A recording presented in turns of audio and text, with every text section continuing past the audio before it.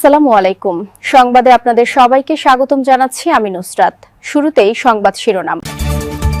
আমি স্বৈরশাসক। মাঝে মাঝে স্বৈরশাসকের প্রয়োজন হয়। যুদ্ধবন্ধে প্রথম ত্রিপাক্ষিক বৈঠকে বসছে যুক্তরাষ্ট্র, রাশিয়া, ইউক্রেন। ইরানের দিকে যাচ্ছে যুক্তরাষ্ট্রের যুদ্ধজাহাজের বহর। রাশিয়া থেকে আসা ট্যাঙ্কার জব্দ করল ফ্রান্স। এতক্ষণ শুনছিলেন সংবাদ শিরোনাম। এখন বিস্তারিত। আপনি যদি আমাদের চ্যানেলে নতুন হয়ে থাকেন তাহলে চ্যানেলটি সাবস্ক্রাইব করে দিন। আমি স্বৈরশাসক। মাঝে মাঝে স্বৈরশাসকের প্রয়োজন হয়। সুইজারল্যান্ডের দাভোসে বিশ্ব অর্থনৈতিক ফোরামে ভাষণ দেওয়ার পর মার্কিন প্রেসিডেন্ট ডোনাল্ড ট্রাম্প নিজেকে একজন স্বৈরশাসক বা একনায়ক হিসেবে অভিহিত করে নতুন করে আলোচনার জন্ম দিয়েছেন। বুধবার ২১ জানুয়ারি সাংবাদিকদের সঙ্গে আলাপকালে তিনি বলেন, সাধারণত সমালোচকরা তাকে একজন ভয়ঙ্কর স্বৈরশাসক ঘরানার মানুষ হিসেবে বর্ণনা করেন। তাই তিনি নিজেও স্বীকার করছেন যে তিনি একজন স্বৈরশাসক। তবে নিজের এই অবস্থানের পক্ষে যুক্তি দিয়ে ট্রাম্প বলেন, মাঝে মাঝে একটি দেশের জন্য একজন স্বৈরশাসকের প্রয়োজন হয়। তার মতে তার নেওয়া প্রতিটি সিদ্ধান্তই সাধারণ কাণ্ডজ্ঞান বা কমন সেন্স থেকে উদ্ভূত, যা রক্ষণশীল বা উদারপন্থী কোনো নির্দিষ্ট আদর্শের ওপর ভিত্তি করে নয়। দাভোসের এই সম্মেলনে গ্রিনল্যান্ড দখল নিয়ে ট্রাম্পের দাবি এবং কানাডা ও ইউরোপকে দেওয়া হুমকির বিষয়টি বেশ সমালোচিত ও উপহাসের শিকার হয়েছে। তবে ট্রাম্পের পক্ষ থেকে এমন মন্তব্য এবারই প্রথম নয়। এর আগে ২০২৫ সালের আগস্টে ওয়াশিংটনে কেন্দ্রীয় শাসন কঠোর করা এবং পতাকা পোড়ানোর দায়ে সাজা দেওয়ার আদেশ দেওয়ার সময় তিনি ইঙ্গিত দিয়েছিলেন যে মার্কিন জনগণ সম্ভবত একজন স্বৈরশাসককেই পছন্দ করবেন। সে সময় অপরাধ দমন ও অভিবাসন নিয়ন্ত্রণে ন্যাশনাল গার্ড ব্যবহারের মাধ্যমে কঠোর পদক্ষেপ নেওয়ার কৃতিত্ব না পাওয়ায় তিনি আক্ষেপ প্রকাশ করেছিলেন। যদিও মাঝে মাঝে তিনি নিজেকে স্বৈরশাসক দাবি করেন, পরক্ষণেই আবার অবস্থান বদলে তিনি নিজেকে একজন বুদ্ধিমান ও কাণ্ডজ্ঞান সম্পন্ন মানুষ হিসেবে দাবি করতে পছন্দ করেন। ২০২৪ সালের নির্বাচনের আগেও তিনি ফক্স নিউজকে দেওয়া সাক্ষাৎকারে বলেছিলেন তিনি যদি ক্ষমতায় আসেন প্রথম দিনের জন্য একনায়কের মতো কাজ করবেন। তবে রাশিয়ার প্রেসিডেন্ট ভ্লাদিমির পুতিন, চীনের শি জিনপিং এবং উত্তর কোরিয়ার কিম জং উনের মতো শক্তিশালী ও কর্তৃত্ববাদী নেতাদের বুদ্ধি ও নেতৃত্বের প্রায়ই প্রশংসা করতে দেখা যায় তাকে। সাম্প্রতিক সময়ে গ্রিনল্যান্ড দখল নিয়ে বিশ্বজুড়ে চরম উত্তেজনার সৃষ্টি হলেও বৃহস্পতিবার ২২ জানুয়ারি ট্রাম্প তার আগের অবস্থান থেকে কিছুটা সরে এসেছেন।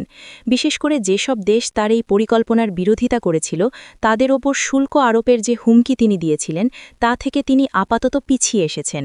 শক্তি প্রয়োগের সম্ভাবনা নাকচ করে দিয়ে তিনি ইঙ্গিত দিয়েছেন যে আর্কটিক দ্বীপপুঞ্জ নিয়ে একটি সমঝোতা চুক্তি হয়তো শীঘ্রই সম্পন্ন হতে যাচ্ছে। ট্রাম্পের এই পিছু হটার সিদ্ধান্তে আন্তর্জাতিক মহলে কিছুটা স্বস্তি ফিরলেও আটলান্টিক অঞ্চলের দেশগুলোর সঙ্গে যুক্তরাষ্ট্রের সম্পর্কের ভবিষ্যৎ নিয়ে অনিশ্চয়তা এখনও রয়ে গেছে। যুদ্ধবন্ধে প্রথম ত্রিপাক্ষিক বৈঠকে বসছে যুক্তরাষ্ট্র, রাশিয়া, ইউক্রেন। ইউক্রেন যুদ্ধবন্ধে আবুধাবিতে যুক্তরাষ্ট্রের মধ্যস্থতায় রাশিয়া, ইউক্রেন ও মার্কিন কর্মকর্তাদের প্রথম ত্রিপাক্ষিক বৈঠক শুরু হতে যাচ্ছে। শুক্রবার ২৩ জানুয়ারি ও শনিবার ২৪ জানুয়ারি ২ দিনব্যাপী আলোচনা হবে বলে জানান ইউক্রেনের প্রেসিডেন্ট ভলোদিমির জেলেন্সকি। বৃহস্পতিবার দাবোসে যুক্তরাষ্ট্রের প্রেসিডেন্ট ডোনাল্ড ট্রাম্পের সঙ্গে বৈঠকের পর ইউক্রেনের প্রেসিডেন্ট ভলোদিমির জেলেন্সকি জানান, ইউক্রেনের জন্য নিরাপত্তা নিশ্চয়তার শর্তগুলো চূড়ান্ত হয়েছে এবং যুদ্ধ পরবর্তী অর্থনৈতিক পুনরুদ্ধার নিয়ে একটি চুক্তিও প্রায় প্রস্তুত। এই বিষয়টি কিয়েভ সমর্থিত প্রস্তাবগুলোর একটি গুরুত্বপূর্ণ অংশ, যা আগে যুক্তরাষ্ট্রের এমন একটি পরিকল্পনার বিপরীতে আনা হয়েছিল যেটিকে রাশিয়ার পক্ষে বেশি ঝুঁকেছে বলে মনে করা হচ্ছিল। জেলেন্সকি বলেন, আবুধাবিতে যে আলোচনা হতে যাচ্ছে সেটি হবে সংশ্লিষ্ট দেশগুলোর মধ্যে প্রথম ত্রিপক্ষীয় বৈঠক। তিনি বলেন, আমি মনে করি এটি ভালো উদ্যোগ। এ বিষয়ে রাশিয়ার পক্ষ থেকে তাৎক্ষণিকভাবে কোনো মন্তব্য পাওয়া যায়নি। যুক্তরাষ্ট্রের প্রেসিডেন্ট ট্রাম্প ইউক্রেনীয় প্রেসিডেন্টের সঙ্গে বৈঠকটিকে ভালো বলে উল্লেখ করেন। তবে তিনি বলেন, রাশিয়ার শুরু করা এই যুদ্ধের অবসান ঘটানোর প্রচেষ্টা এখনও একটি চলমান প্রক্রিয়া। এর আগে যুক্তরাষ্ট্রের বিশেষ দূত স্টিভ উইটকফ জানান, দীর্ঘদিন ধরে চলা রাশিয়া ইউক্রেন আলোচনায় অনেক অগ্রগতি হয়েছে এবং এখন আলোচনা মাত্র একটি বিষয়েই আটকে আছে। বৃহস্পতিবার সুইজারল্যান্ডের দাবোসে বিশ্ব অর্থনৈতিক ফোরামের WEF এর এক অনুষ্ঠানে উইটকফ বলেন, আমরা এখন একটি মাত্র ইস্যুতে এসে পৌঁছেছি। সেই বিষয়টি নিয়ে আমরা নানা দিক থেকে আলোচনা করেছি। এর মানে হল এটি সমাধানযোগ্য। তিনি আরও বলেন, যদি উভয় পক্ষই সমাধান চায় তাহলে আমরা অবশ্যই এর সমাধান করতে পারব। পরে যুক্তরাষ্ট্রের এই দূত এবং ট্রাম্পের জামাতা জ্যারেড কুশনার রাশিয়ার রাজধানী মস্কো সফর করেন এবং রুশ প্রেসিডেন্ট ভ্লাদিমির পুতিনের সঙ্গে বৈঠক করেন। ইরানের দিকে যাচ্ছে যুক্তরাষ্ট্রের যুদ্ধজাহাজের বহর।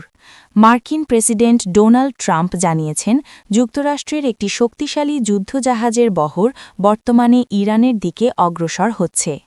রয়টার্সের বরাতে জানা গেছে, এশিয়া প্রশান্ত মহাসাগরীয় অঞ্চল থেকে যাত্রা শুরু করা এই বহরে বিমানবাহী রণতরী ইউএসএস আব্রাহাম লিঙ্কন সহ বেশ কিছু গাইডেড মিসাইল ডেস্ট্রয়ার রয়েছে। সুইজারল্যান্ডের দাভোস থেকে ফেরার পথে সাংবাদিকদের সঙ্গে আলাপকালে ট্রাম্প স্পষ্ট করেন যে মূলত সতর্কতা হিসেবেই এই পদক্ষেপ নেওয়া হয়েছে।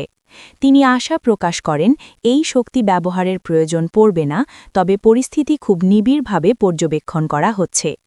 মার্কিন কর্মকর্তাদের মতে জাহাজের পাশাপাশি মধ্যপ্রাচ্যে অতিরিক্ত আকাশ প্রতিরক্ষা ব্যবস্থা মোতায়েনের বিষয়টিতেও গুরুত্ব দেওয়া হচ্ছে।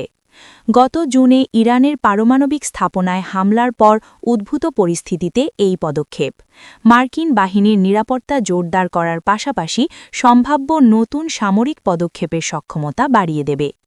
ট্রাম্প হুঁশিয়ারি দিয়েছেন, ইরান যদি আবারও তাদের পারমাণবিক কর্মসূচি শুরু করে বা বিক্ষোভকারীদের ওপর কঠোর দমনপীড়ন চালায়, তবে যুক্তরাষ্ট্র পুনরায় কঠোর ব্যবস্থা নেবে। বিক্ষোভ দমনে ইরানের ভূমিকার কঠোর সমালোচনা করে ট্রাম্প দাবি করেছেন, তার দেওয়া হুমকির কারণেই ইরান প্রায় ৮৪০টি ফাঁসি কার্যকর করার সিদ্ধান্ত থেকে সরে এসেছে। তিনি জানান, ইরানকে তিনি আগেই সতর্ক করেছিলেন, বন্দীদের হত্যা করা হলে দেশটিকে নজিরবিহীন পরিণতির মুখোমুখি হতে হবে। যদিও অতীতে এই অঞ্চলে মার্কিন সামরিক উপস্থিতি মূলত প্রতিরক্ষামূলক ছিল, তবে বর্তমান প্রেক্ষাপটে ট্রাম্পের বক্তব্য ও এই নৌবহরের যাত্রা অঞ্চলটিকে নতুন করে উত্তেজনা তৈরি করেছে। রাশিয়া থেকে আসা ট্যাঙ্কার জব্দ করল ফ্রান্স। রাশিয়া থেকে আসা একটি ট্যাঙ্কার জাহাজ জব্দ করেছে ফ্রান্সের নৌবাহিনী। জাহাজটি ভুয়া পতাকা ব্যবহার করে চলছিল বলেও অভিযোগ করেছে প্যারিস। দেশটির প্রেসিডেন্ট ইমানুয়েল ম্যাক্রো বৃহস্পতিবার ২২ জানুয়ারি মাইক্রোব্লগিং সাইট এক্সে ট্যাঙ্কার জব্দের তথ্য জানিয়েছেন। তিনি জানিয়েছেন, তাদের নৌসেনারা ভূমধ্যসাগরে একাধিক মিত্র দেশের সহযোগিতায় জাহাজটিতে ওঠে, এটি নিজেদের নিয়ন্ত্রণে নেয়। পরবর্তীতে ফরাসি নৌবাহিনী নিশ্চিত করে যুক্তরাজ্য তাদের সহায়তা করেছে। ট্যাঙ্কার জাহাজটি শ্যাডো ফ্লিট বা ছায়া জাহাজ বহরের অংশ, যেগুলো নিষেধাজ্ঞার কারণে পরিচয় গোপন রেখে চলাচল করে। ম্যাক্রো জানান, তারা আন্তর্জাতিক আইন অব্যাহত রাখতে নিষেধাজ্ঞাপ্রাপ্ত জাহাজ জব্দ করবেন। তার দাবি, এসব জাহাজের মাধ্যমে তেল আনা নেওয়া করে ইউক্রেন যুদ্ধে অর্থ যোগান দেওয়া হচ্ছে। তিনি বলেছেন, আমরা আন্তর্জাতিক আইন মেনে চলতে এবং নিষেধাজ্ঞার কার্যকর প্রয়োগ নিশ্চিত করতে দৃঢ়প্রতিজ্ঞ। এই শ্যাডো ফ্লিট বা ছায়া জাহাজ বহরের কার্যক্রম ইউক্রেনের বিরুদ্ধে আগ্রাসনের যুদ্ধে অর্থ যোগাতে সহায়তা করছে। ট্যাঙ্কারটি অন্যদিকে নিয়ে যাওয়া হচ্ছে বলে জানিয়ে ম্যাক্রো আরও বলেছেন, এটির বিরুদ্ধে বিচারিক তদন্ত শুরু হয়েছে, তবে ট্যাঙ্কারটির নতুন গন্তব্য বা এটি কোথায় নেওয়া হবে সেটি স্পষ্ট করেননি তিনি। আমি স্বৈরশাসক, মাঝে মাঝে স্বৈরশাসকের প্রয়োজন হয়। সুইজারল্যান্ডের দাভোসে বিশ্ব অর্থনৈতিক ফোরামে ভাষণ দেওয়ার পর মার্কিন প্রেসিডেন্ট ডোনাল্ড ট্রাম্প নিজেকে একজন স্বৈরশাসক বা একনায়ক হিসেবে অভিহিত করে নতুন করে আলোচনার জন্ম দিয়েছেন।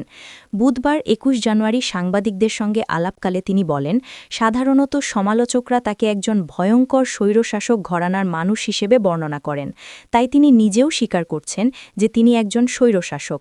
তবে নিজের এই অবস্থানের পক্ষে যুক্তি দিয়ে ট্রাম্প বলেন, মাঝে মাঝে একটি দেশের জন্য একজন স্বৈরশাসকের প্রয়োজন হয়।